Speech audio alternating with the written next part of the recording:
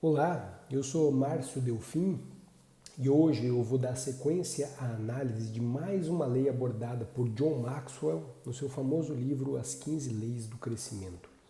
Especificamente, eu vou falar um pouco a respeito da lei do meio, que estabelece que o crescimento floresce em ambientes favoráveis. É muito provável que todos nós, em determinados momentos das nossas vidas, tenhamos uma necessidade muito grande de mudar de ambiente para poder crescermos. Isso daí é muito comum da gente verificar quando a pessoa cresce em um ambiente hostil, em um ambiente em que impera a violência, a agressividade, os abusos. Um exemplo concreto de pessoa que precisou mudar de ambiente para conseguir crescer é o do famoso Coronel Sanders, que eu acho que boa parte de vocês conhece. Coronel Sanders é o criador daquela franquia mundialmente famosa, KFC, que trabalha com a venda de frango frito, basicamente. Coronel Sanders, ele perdeu o pai aos 5 anos de idade. Seu pai morreu quando ele tinha 5 anos de idade e isso fez com que a mãe precisasse sair de casa para trabalhar, arrumar um emprego para poder sustentar o Coronel Sanders, seu filho, e os 2 filhos mais novos. Isso daí fez com que o Coronel Sanders começasse a cozinhar para os seus 2 irmãos mais novos. E aos 10 anos de idade, ele já era considerado um excelente cozinheiro. Só que o que acontece? A mãe dele acabou se casando novamente e a relação do Coronel Sanders com seu padrasto era péssima. Era uma relação caracterizada por abuso, por violência, por agressividade. Isso daí fez com que, aos 13 anos de idade, o Coronel Sanders deixasse a sua casa. A partir daí ele começou a trabalhar em vários locais, ele fez tudo que vocês puderem imaginar na vida, tá? Trabalhou em muita coisa, só que ele sempre carregou dentro de si aquele gostinho pela culinária, por cozinhar, em especial o seu frango frito. Só que o que aconteceu? Ele só foi efetivamente começar a trabalhar com isso daí quando ele tinha 40 anos de idade. E ele juntou um dinheiro e acabou comprando um motel e um bar.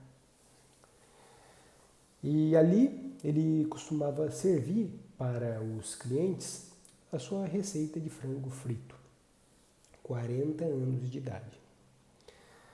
Só que, como a vida dele já era pautada por vários reveses, isso aconteceu mais uma vez. Quando parecia que as coisas estavam caminhando relativamente bem, construíram uma rodovia interestadual e o movimento do motel e do bar que ele havia comprado caiu a praticamente zero. Daí ele se viu obrigado novamente a fazer outras coisas, trabalhar em outras profissões, até que aos 62 anos de idade, 62 anos de idade, Coronel Sanders, enfim, abre a sua primeira franquia do KFC. Mas as coisas ainda demoraram mais um pouquinho, mais 3 anos para começar a engrenar.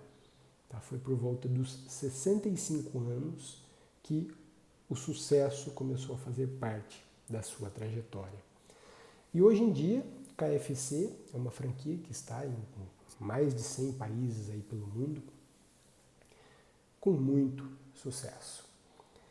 Então esse é um exemplo de perseverança, esse é um exemplo de resiliência, é um exemplo de empreendedorismo, que eu não vou ficar aqui também perdendo muito tempo falando a respeito disso, mas eu aconselho todos vocês a darem uma olhada na biografia do Coronel Sanders, tá? Porque é realmente uma verdadeira lição de vida. Então eu acabei de dar um exemplo para vocês de pessoas que vivem em ambientes hostis e precisam promover uma mudança para conseguir crescer efetivamente. Só que às vezes acontece também a pessoa viver num determinado ambiente propício, acolhedor, carinhoso, estimulante e mesmo assim precisar mudar de ambiente para conseguir crescer. Tá? Tudo depende do tipo de crescimento que você almeja para a sua vida. E agora eu vou dar um exemplo deste segundo caso que eu acabei de mencionar. O exemplo é o do Siddhartha Gautama, o famoso Buda. O Buda nasceu numa cidade da Índia chamada Kapilavastu e até os 29 anos de idade ele conviveu dentro das muralhas do palácio em que ele nasceu. E ali ele só conhecia beleza e luxo. Só que aos 29 anos de idade ele resolveu extrapolar as fronteiras do palácio para dar uma volta na cidade. E foi nessa ocasião que ele se deparou com doentes, com pobres, com miseráveis, com pessoas mortas. E a partir daquele instante, alguma coisa aconteceu na cabeça dele que ele resolveu abandonar toda a sua vida de luxo, de beleza, de conforto, inclusive a sua própria esposa. Ele abandonou tudo para se dedicar à meditação, com o intuito de compreender o enigma da vida. Então esse é um caso que demonstra nitidamente uma pessoa que saiu de um ambiente totalmente propício para ir para um ambiente totalmente inóspito, hostil, mas porque o tipo de crescimento que ele almejava era diferente, era um crescimento espiritual. Então, tudo isso deve ser levado em consideração para a gente verificar a nossa necessidade de mudança de ambiente. Agora, retomando a obra de John Maxwell, ele fala um pouquinho a respeito do seguinte: a mudança depende das suas escolhas. O primeiro passo que a gente tem que verificar é avaliar o nosso ambiente atual. Quando a gente faz uma análise do nosso ambiente atual, existe uma grande possibilidade da gente conseguir já perceber se a gente precisa ou não mudar esse ambiente. Só que algumas pessoas têm uma dificuldade de conseguir chegar a esse consenso. E para essas pessoas, o John Maxwell sugere algumas perguntas que podem auxiliá-las, no sentido de conseguir enxergar se precisam ou não da mudança. A primeira pergunta é a seguinte: quais são os membros da minha família que se importam comigo? Então você vai conseguir perceber, se você faz essa pergunta para você mesmo, você vai conseguir perceber se tem mais gente da sua família que não se importa com você. É um grande indício de que talvez você precise mudar de ambiente, sair daquela família em que você convive para poder crescer. A segunda pergunta é: quais amigos me encorajam? Se você conseguir perceber que a maior parte dos seus amigos não te encoraja a realizar as coisas, isso é um grande indício de que você talvez tenha que trocar o seu ciclo de amigos. Terceira pergunta: quais práticas espirituais me fortalecem? Se você conseguir perceber que a prática espiritual que você vem desenvolvendo, a igreja que você está frequentando, não está sendo suficiente para te fortalecer, isso significa que às vezes é melhor você mudar de igreja, mudar de prática espiritual. Uma outra pergunta é: quais os sonhos que me inspiram? Se você tem sonhos que estão adormecidos e não consegue colocá-los em prática, isso também é um outro indício que talvez você precise mudar de ambiente para conseguir concretizar os seus sonhos. E a última pergunta é: quais dons me capacitam a agir? Se você sabe que tem determinados dons, mas não está conseguindo materializá-los, isso também é um outro indício de que talvez seja o caso de você promover uma mudança de ambiente para tentar colocar esses dons em prática. Então essa é a primeira etapa que você deve fazer, avaliar o seu ambiente atual. A segunda etapa é mudar a si mesmo e mudar o ambiente. Eu utilizei aqui a conjunção aditiva e. O que isso significa? Significa que não adianta nada você mudar o seu ambiente sem você mudar a si mesmo. Então vamos dar um exemplo. Você está querendo emagrecer. Só que você muda só o seu ambiente. Você começa a comprar várias comidas saudáveis e lota lá a sua despensa, você lota a sua geladeira de comidas saudáveis. Só que você não muda, você continua com a vontade de comer coisas que você sabe que não são tão saudáveis assim. Você, o que você vai fazer? Você vai sair da sua casa, vai parar no bar da esquina e vai comer 6, 7 coxinhas tomando refrigerante. E o contrário também acontece. Imagina só que você muda você mesmo, mas não muda o ambiente. Você está louco de vontade de você assumir esse compromisso que você vai emagrecer, só que na hora que você chega na sua casa, você abre a geladeira, você abre a despensa, só tem coisas que engordam. Refrigerante, bolo, cachorro quente, pizza. Também não vai ser uma coisa legal, você não vai conseguir atingir a sua meta. A possibilidade é muito pequena. Então, o ideal é você mudar tanto o seu ambiente quanto mudar a você mesmo. Juntando essas duas coisas, a possibilidade de você crescer é muito grande. Terceira etapa que o John Maxwell menciona é mudar de companhia. Olha que coisa interessante. Uma pesquisa que foi realizada pelo Dr. David McClelland, psicólogo social de Harvard, demonstrou que 95% do nosso sucesso ou do nosso fracasso estão intimamente relacionados às pessoas com quem nós convivemos habitualmente.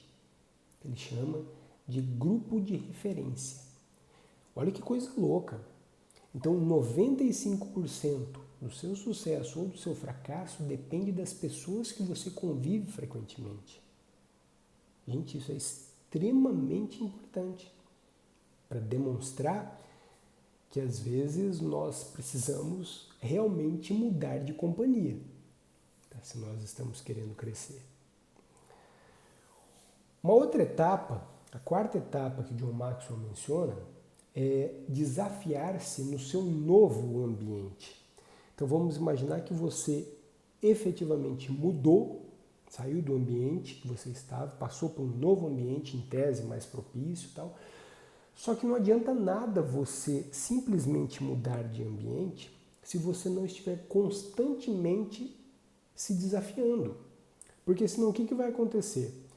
Aquilo que estava acontecendo no ambiente anterior. Você vai deixar de crescer, você vai estagnar.